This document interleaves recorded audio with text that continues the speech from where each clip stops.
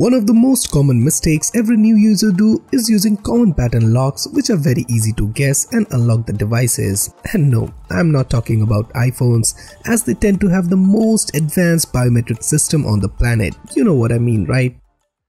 Ho ho ho. On the other hand, in Android devices, we do have more complex and secure options like ultra-fast fingerprint scanner, iris scanner and face unlock system to unlock our devices. But the pattern lock is always a secondary option to unlock our devices, which should be taken into consideration before setting it up. And that's exactly why today I'll be showing you 12 hardest pattern lock ideas for Android devices, which is impossible to crack. Excited? So let's get started.